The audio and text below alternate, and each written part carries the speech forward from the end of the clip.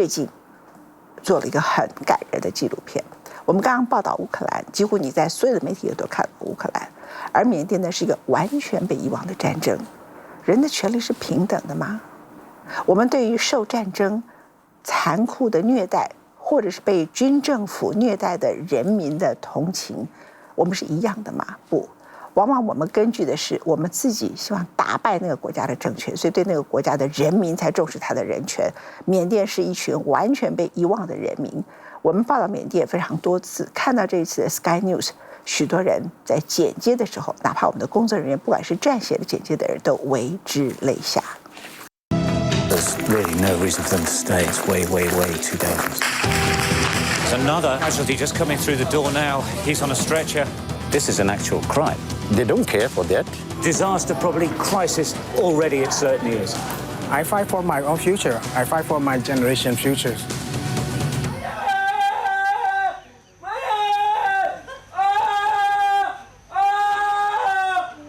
You just can't get used to this.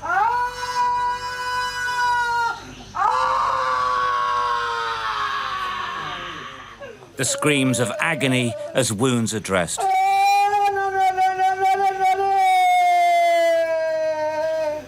The agony of limbs lost in a war that's tearing Myanmar apart. This is the brutal reality of life here. Indiscriminate shelling and missile attacks on civilians and resistance fighters alike. This is Myanmar today. A Myanmar its military rulers don't want the world to see, but we have.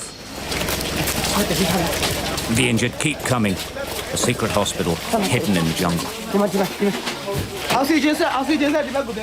The injuries are simply horrendous.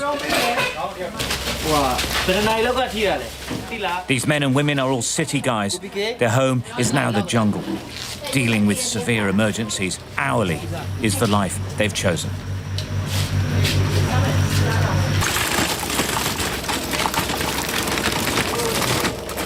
It's like a conveyor belt of horror, and it never stops.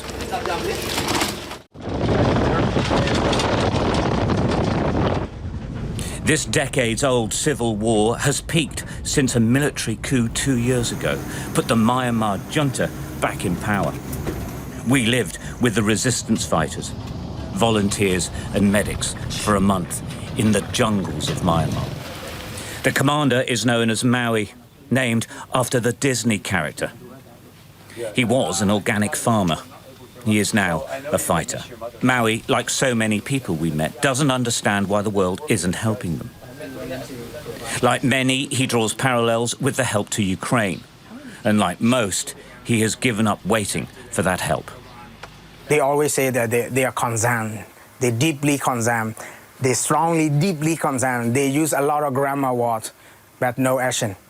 So, yeah, we realize that we have to do it ourselves. We have to fight it ourselves.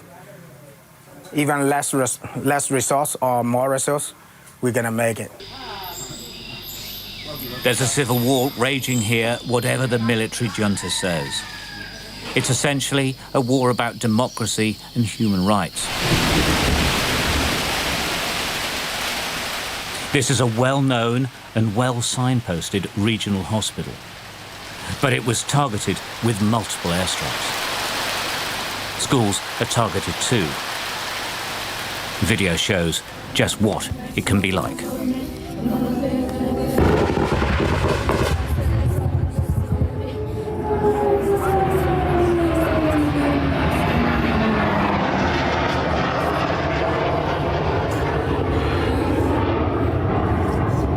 A jet fighter is bombing them.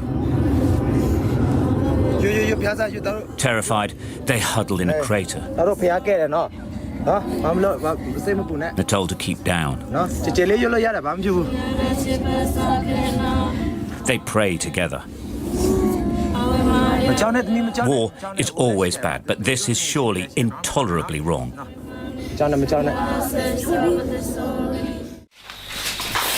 这一天，一名17岁少年被送了进来。他不是战士，他只是在修道院里睡觉。军政府炮弹碎片炸进他全身。这间深山野林里的秘密医院是他最后的希望。Stabilized, the patient is wheeled through the darkness to the operating theatre.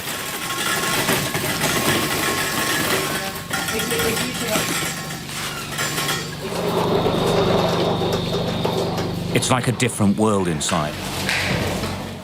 They've built this into the side of a mountain, hidden beneath the trees. The hospital's 2 surgeons prepare to operate.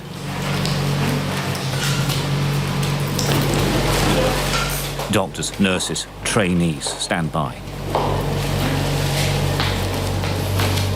It's the middle of the night now, and the operation is at a critical point. And then this.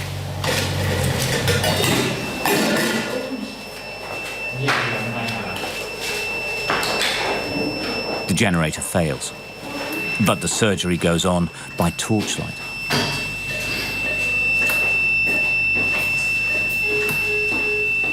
They never stop working. The boy survives. Well, the camp's been plunged into darkness. There's a drone in the skies.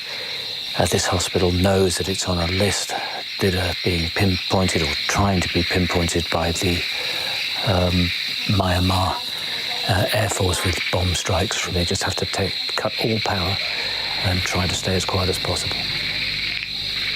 在度过一个惊险的夜晚之后 ，SkyNews 记者回到了病房，他见到了一位看顾伤者的母亲。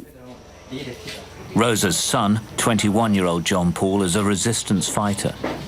He was hit in the head with shrapnel and has survived brain surgery. I am so grateful to these doctors. They are so good. I'm amazed they saved his life. A lot of the young men and young women involved in this revolution are paying a high price, like your son. Are you proud of him, and do you still support everything that's happening? I'm very proud of him. And will you keep...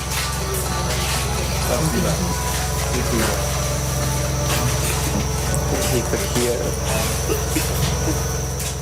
As she tells me, she is proud. Her injured boy is overcome. He can barely move or talk, but he can hear her.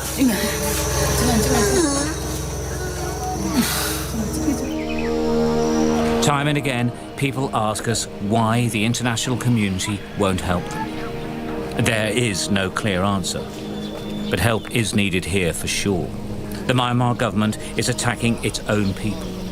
A whole generation could grow up never knowing peace and never knowing what home actually means.